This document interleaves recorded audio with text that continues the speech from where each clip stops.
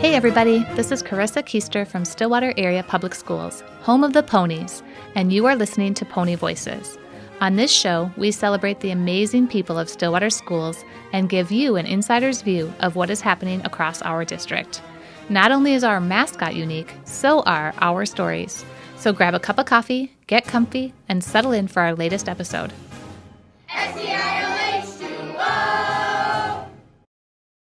Say the word middle school to grown adults, and you may get some pretty strong reactions.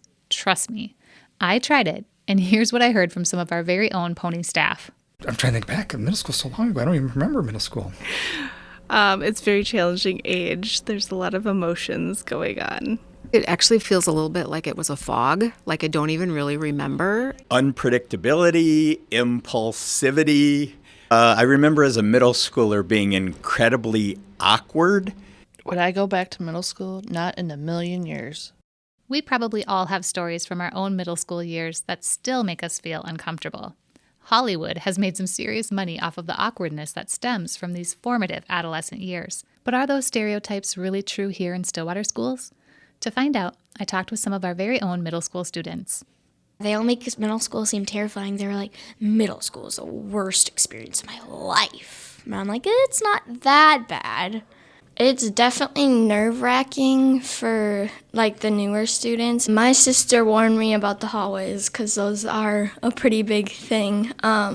She just warned me to try to stay on the correct side. I'd say the hardest part is probably just staying on top of homework, making sure you don't get behind in classes. That'll really put you behind, and it's definitely hard to get caught back up. They think we can just sit down in one spot for, like, forever, but we can't. The best part about middle school is, like, the way you get to socialize with friends and teachers. I love the teachers here. They're really good. I've gotten to know all the teachers from each grade. Like the friends you make, the connections you get, it's what you live for. I was happy to hear that our students seem to be having a positive middle school experience. Their comments don't really match up to the images we see on TV, which made me wonder, what are we doing here to ease the stress for our middle school students? For that answer, I decided to talk to a few experts. I'm here with Stillwater Middle School teacher Justin Willman, Oakland Assistant Principal Casey Tverberg, and Danielle Heller, who works in the front office at Stillwater Middle School.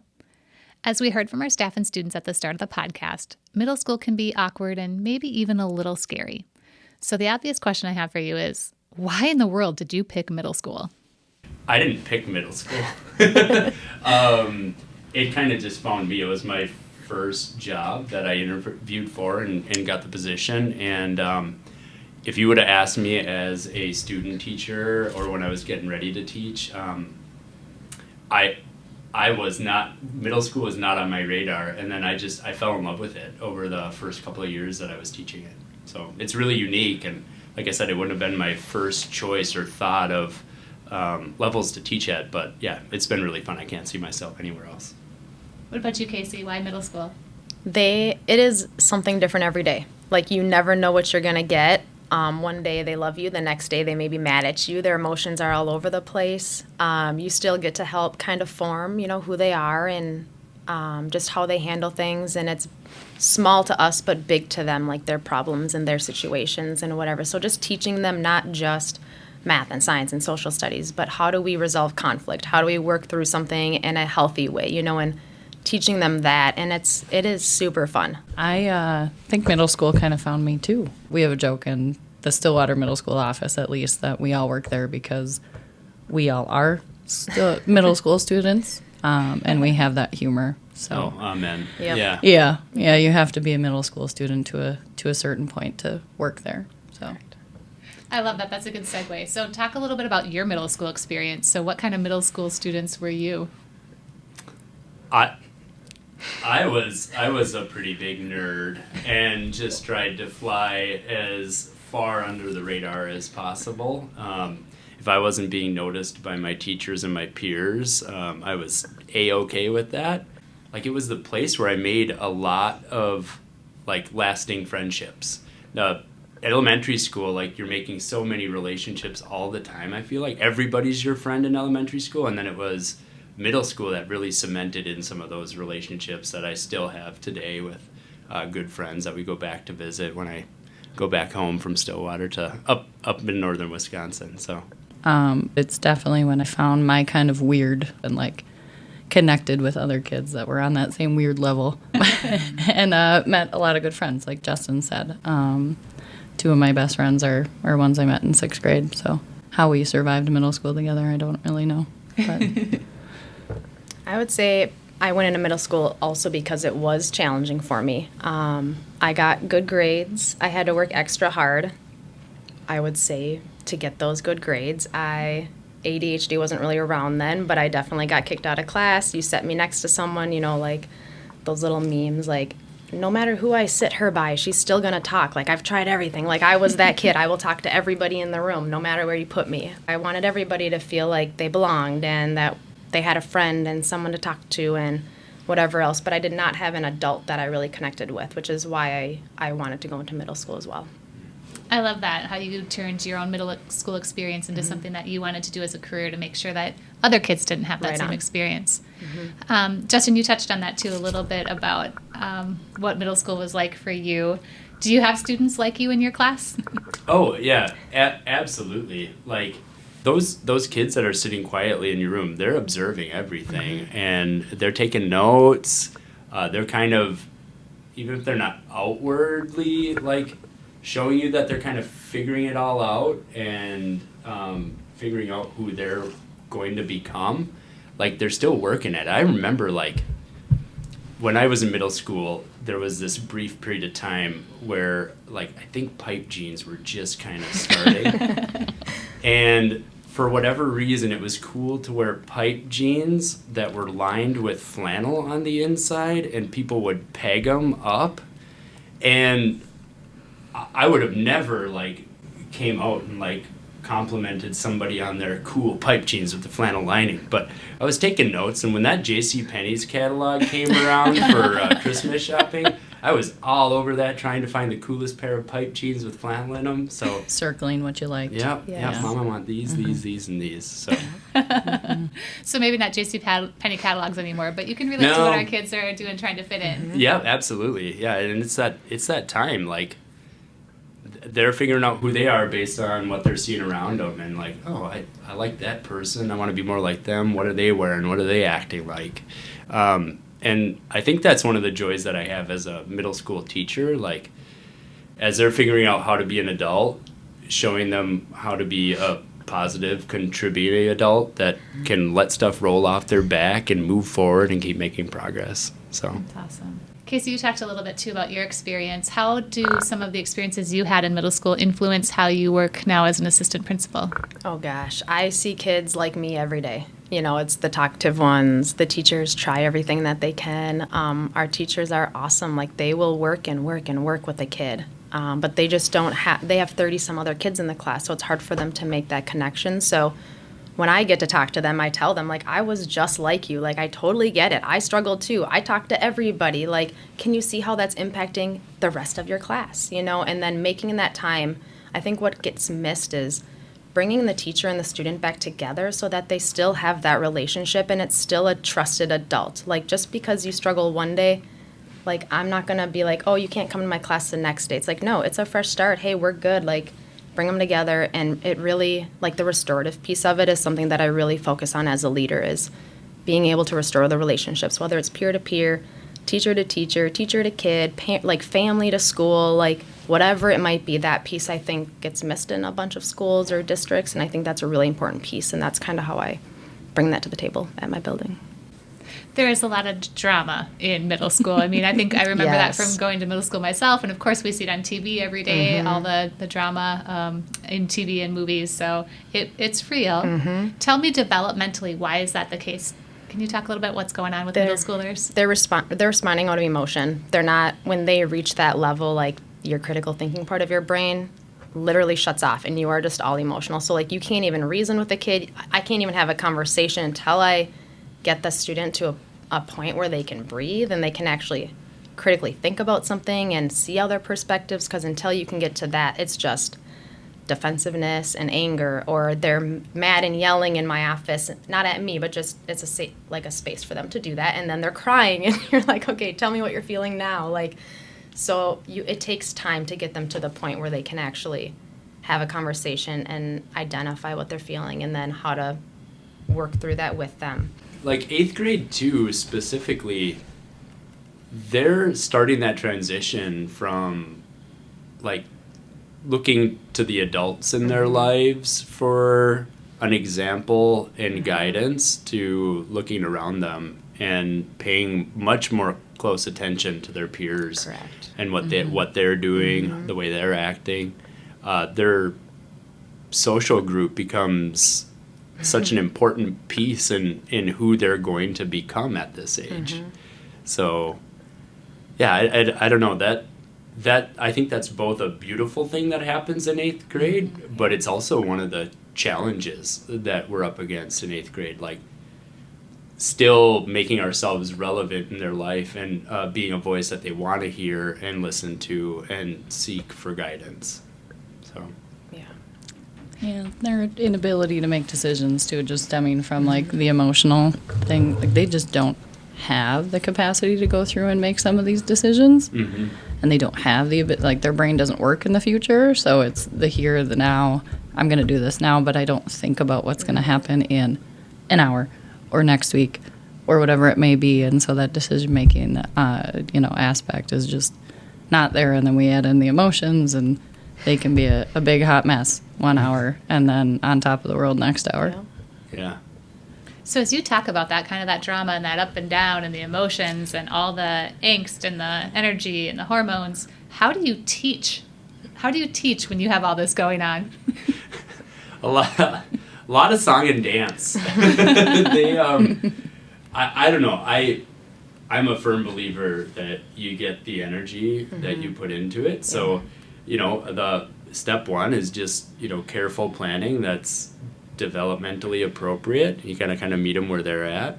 And then, when 7:50, when the clock hits 7:50 and it's go time, like we're working hard in middle school from 7:50 to 2:20 when kids are out of the building.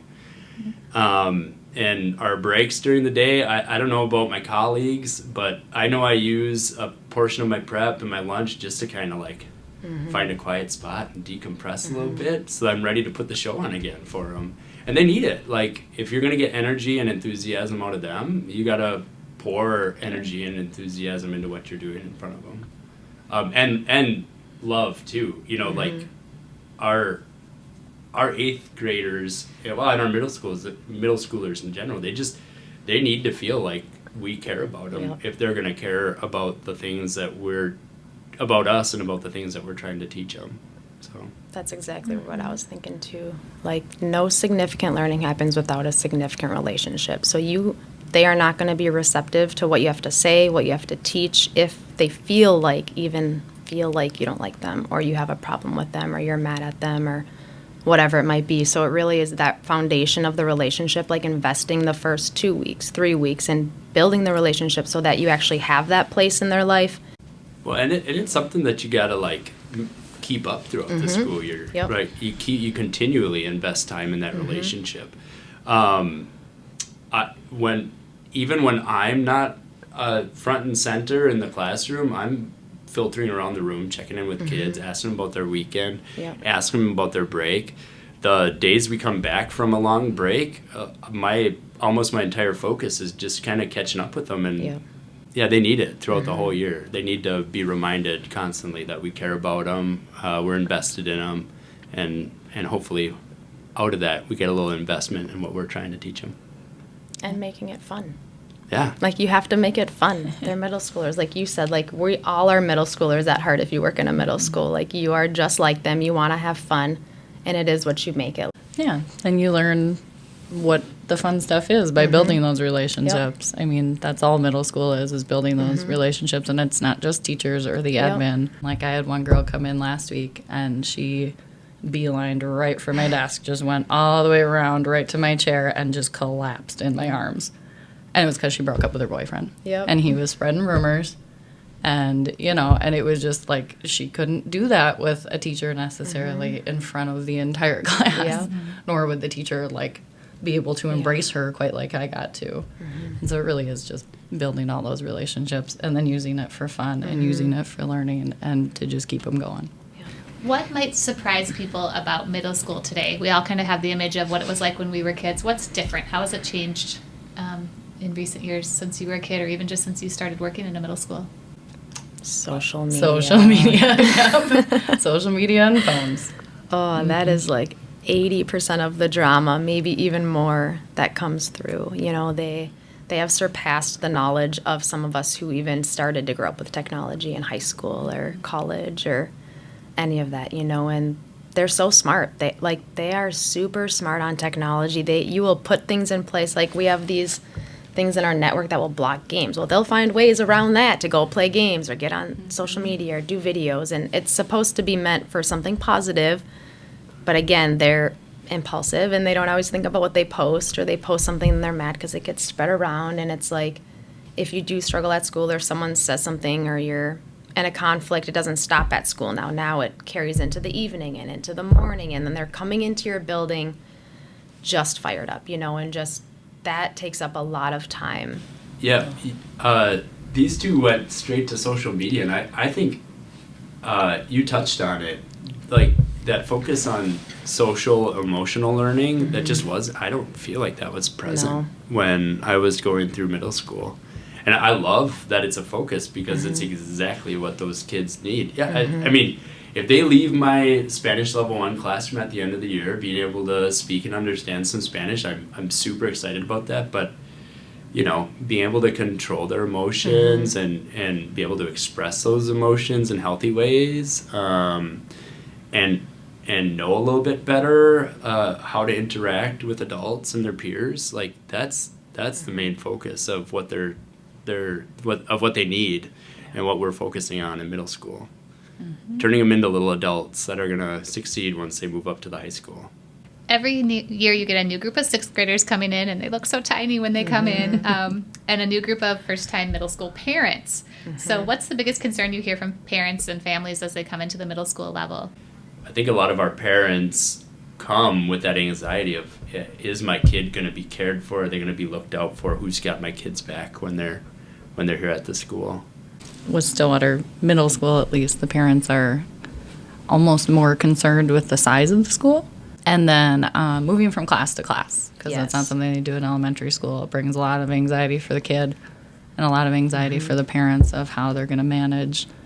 But we get them through and just reassure them that the office is the best place to start when you have questions, and the secretaries don't know what's going on, they'll know who to send you to, at least. And I feel like we nail it nowadays with web. I mean, we've had that going on for how many years now, and we're constantly told by our administration all the positive parent feedback that we get. Those, you know, taking that day to have only 6th graders in the building is so valuable for them. Having that freedom and the space without worrying about their 7th and 8th grade peers at the middle school, it's really good for them. You see kids leaving their first day of middle school with smiles on their face and feeling like they've been included and they made some friends along the way. So I love Web Day. It's fun to watch those 6th graders thrive on that first day of school. I've heard that same concern about the schools being too big, and I think you go from an elementary level, it's just natural to have some fears. But tell me, if I was a parent worried about sending my kid, what would you tell me to help me feel better? It is different. It is scary for parents. They're sending their baby to a big school of 1,000 kids, you know, with 7 different teachers, and like, we're going to be here for you. We're going to have your back. Like, please don't hesitate to reach out. Like, I also love the advisory model. Like, you go in elementary, you have 1 teacher for the most part, almost all day, right? And then you go into middle school and you have 7 different teachers and an A day and a B day and whatever else. And it's like, your advisory teacher is going to be your biggest advocate. Like, reach out to the advisory teacher. You know, if you have questions, reach out to us, reach out to somebody. Like, we're going to take care of your kid. Yeah, and just know, too, that, you know, communicate to your child that the office is not just for kids who are in trouble. The secretaries are the easiest people to get a hold of in the entire school because we are always right there. And just know that, like, they're going to get you to the right place. And acknowledging it's not going to be easy. Like, you may see your kid demonstrate behaviors you have never seen before because there's so many new things. Like, parents, I don't ever see them do that at home. And I'm like, I bet you don't. Like, it is so different from elementary to middle school. Like, just normalizing that for parents. Like, your child is not a bad child. Like, they are confused. They're frustrated. Like, confusion rocks because then you're learning. Like, let us help you. Let us help them. Like, you're going to see different behaviors. There's hormones, there's transitions, there's different teachers, classes. They're trying to figure out where they fit. I would just tell parents, as a staff, I think we do a pretty good job of making that big building feel a little bit smaller and a little bit more close-knit. You know, you mentioned that advisory program. We're that transition. It's the first thing that they go to in the morning, and it's to help them transition from home to the bus to into their school day. You know, we take some time to check in. We take some time to get to know the kids on a deeper level. We don't have standards that we're trying to meet in advisory. So it becomes a great place to really have that home base when you show up to middle school and they get to start their day with it. So yeah, we do a pretty darn good job making that big building feel small. So you guys have sold me on middle school. I mean, it sounds like a great place to be, but there's probably some still in the community who no, never, ever, ever would I work in a middle school. So what do you wish that our community knew and understood about your kids? If you could convince people that no, middle school's where it's at, what would you tell them? They're so fun and kooky. Like, that's why I don't think I could teach at any other level. They're just, they've got this energy and spunk, but they've started to develop the sensibilities of an adult. So they're so eager to form relationships and figure out who they're going to be. Yeah, it's fun. Yeah, they're just weird, which is the best part, and just so sweet at the same time. They're a lot less scary than they appear. So no real surprise. What we've learned today is that middle school students are weird, kooky, and sometimes a little dramatic.